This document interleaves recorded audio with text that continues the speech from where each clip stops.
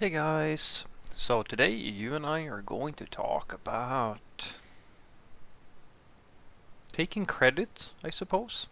So let's get into it. So the question in question was, hi Frederick, what should I do if a team member always takes my help for small things, but then has a habit of later trying to show that it is instead him who is superior to me? Uh, well, I suppose that you have to ask yourself whether or not this matters to you. I'm not sure how someone would try to show that he is superior to you later on, because if he needs help, then well, if you're helping him and he's not helping you, like then usually as I like to say, if you're a dependency for other people, it means that they need you. And needing someone else is, it's both something that happens to everybody, but it's also a sign of that one person has, in a given situation, value, whereas another needs assistance.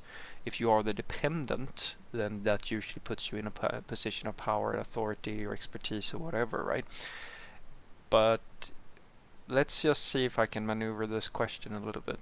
So, what I would do in this situation, and I have done before, is to take the stance, at least for myself, that the only thing I really care about has to do with whether or not I enjoy my interactions with you. In other words, do I feel like this is a good coworker? I look at things as a scale. There are good things and there are bad things, but with every single person, there are things that weigh very heavy on the positive side for me, and there are things that are weighing very heavily on the negative side. So it's not an even scale, it's completely subjective just to me. And so what I do is that I ask myself, do I care enough about this sort of behavior in order to act on it? If I don't feel the need to act on it, then I don't do anything, because at the end of the day, I believe that, well, I think I've seen or rather I haven't, I have said so in a previous video where I try to look at things such as, bad things, good things, whatever it might be. If you imagine yourself being a rock in the desert and there's a storm coming, well, the storm doesn't really matter to you, because once, like, it might rain, it might not be so pleasant and so forth, but if you have a secure center where you feel comfortable with yourself, you have savings, and as I like to say, the best thing in the best situation to be in is always to have the option of walking away if you wanted to, as long as I said, that's the dependency thing. If you are not dependent on the specific job or the specific person or stuff like that, it doesn't matter, basically, because as I said, it's just rain on the surface of yourself in this case, and it's going to pass, and then the sun is going to come back, and that's a cycle that will never end. And when you understand that it will never end, then it gets easier to deal with, at least in my experience. And so that's what I would do first and foremost here. If this person has this annoying little habit, then I have to ask myself, is it annoying enough for me to do anything? Because it might just be something silly that is, specific to their own insecurities. I've seen this quite a lot, guys, where I meet full-grown people who act, well, I have a mental thing I do sometimes when I find it difficult, or well, when I don't enjoy a conversation with people, I usually imagine them as small children in very big clothes, and that usually keeps me happy enough to get through the meeting with them and so forth. And you will see, usually I like to tell people that the difference between when I'm engaged with you and when I don't really have anything, or I don't feel like we're having a pleasant conversation, is measured in the amount of words that I say. I usually talk quite a lot. Sometimes too much, I would argue. But if I'm not enjoying my time with you, I will be very quiet usually and just listen all the time. And that's something that I'd like to think mastered. And in a situation like this, I would apply that exact thing. Because if in this case, you feel as if this person is a problem and you don't really like their way of behaving, then remember that you don't necessarily owe them helping. Now here's the trick. Because if your manager doesn't know that this is going on, or that you feel like if you haven't said that you feel like you're a little bit uncomfortable with this person or so forth, if you're not doing that, they can play the victim card, which is the thing that I've said to you before, guys, that it doesn't matter if you got mugged by a mugger and then the police come and then like they ask who did, like, because they don't know that, the mugger will lie. Obviously is they're going to lie and say that no, I didn't do anything and so forth. Everybody plays the victim when they're under scrutiny, and your coworker will probably do the same thing. So you have to be a little bit smart about this.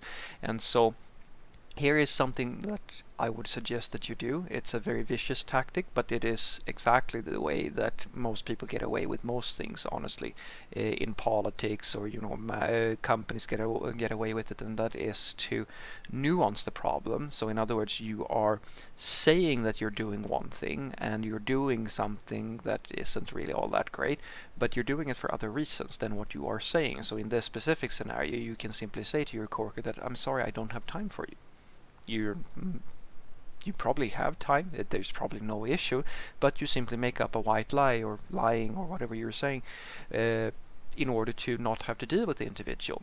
And then you very subtly, in a very calm and fluffy, cloudy, nice way, go to your manager and says that I feel a little bit stressed out because this person is always bothering me with a lot of questions and things like that, and I feel like that I don't really have the ability to help them as much as they want. You put yourself as the victim of them trying to basically avoid doing their own job. You position yourself. You say, I hope you understand what I'm saying. This is exactly how politics work. It's called spin, where if someone is attacked in public or in like a whatever, they will try to spin the story or control the narrative of what's going on.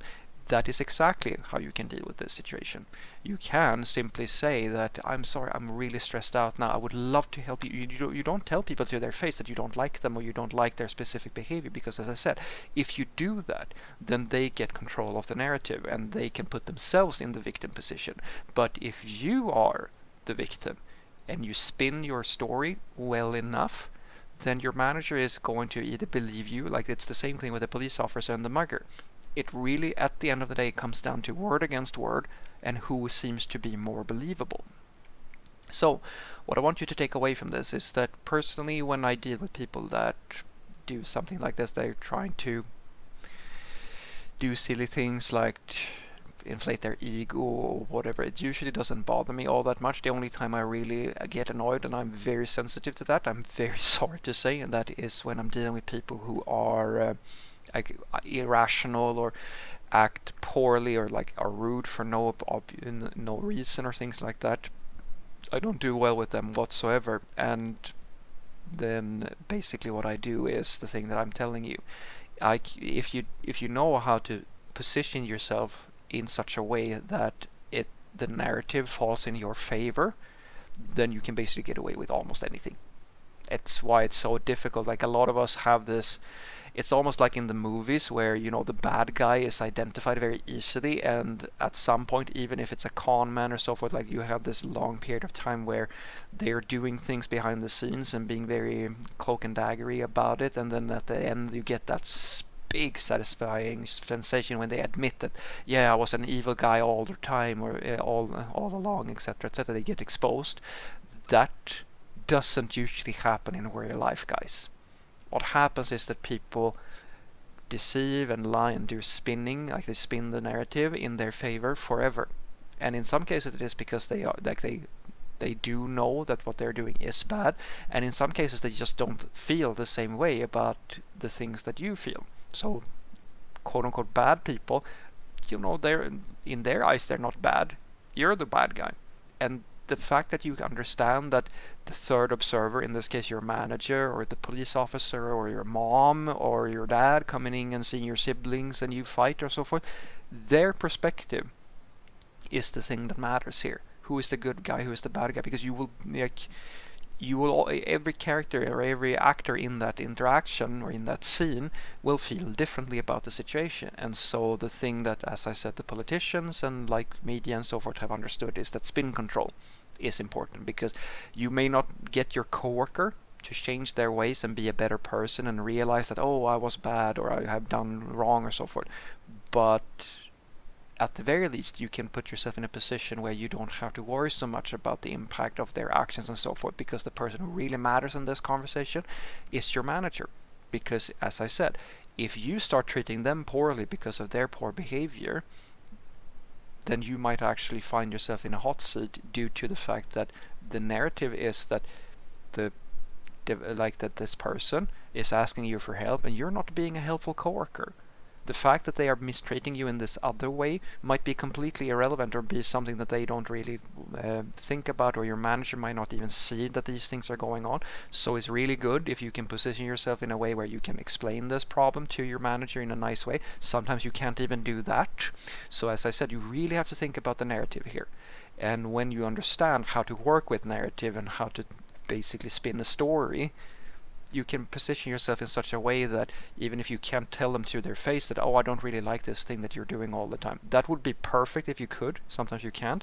But if you can't do that, then at the very least you can be busy, sorry you're working on something else, or you're not feeling all that well, or and then you say that to them, and then you go to your manager and you play the manipulation game and you say, I feel very bothered. This person is always nagging me for things and sort of mistreating me a little bit. Because again, how how are they going to check? Have a great day.